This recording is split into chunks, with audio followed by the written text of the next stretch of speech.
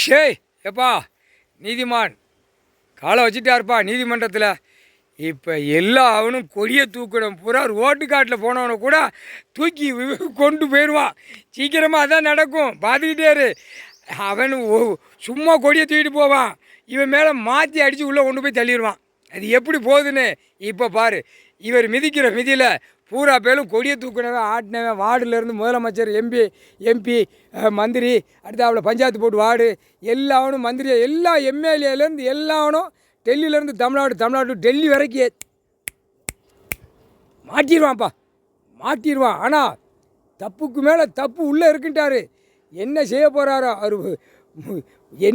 அவர் நினச்சா என்னென்னாலும் செய்வார். ஆனால் கோபத்துக்கு ஆளாகி வச்சுட்டாங்கனுங்க.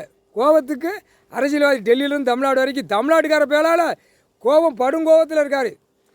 இவனை அப்படியே அப்படியே அப்படியே கருவோட இப்போ ஏற்கனவே லேசாக பூமி சொலிச்சு கொண்டே இருக்குது. கூடுதலாக சொலிக்க கீழே மாற சரியும் அப்படியே முடிச்சிடவா அப்படின்னு யோசிச்சுக்கிட்டு இருக்காரு. உட்கார்ந்த இடத்துல பட்டனை தட்டுவார். எந்த நேரம் என்ன தட்ட போகிறாரோ. முக்கால் சாத்தியம் நீதிமான் காலை வச்சுட்டாருப்பா நீதிமன்றம் கோர்ட்டுக்கு. 7 செம்மு ஆச்சு இப்போ தான் வச்சுருக்காரு.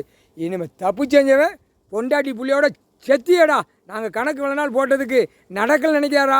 இப்போ தூக்கி வீசி எறிவார். இல்லை 1 கோடி ஒரு உருவத்துக்கு லட்சம் கோடியில் இறங்குவார் பூமியில். தெரியுமாடா?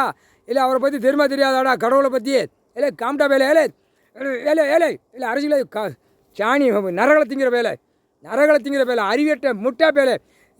இனிமே கணக்கை ஒப்படைச்சிட்டு இனிமையாவது நம்ம பிள்ளைய பொண்டாட்டியோட கொஞ்சம் சாப்பிட்டு அமைதியாப்பா.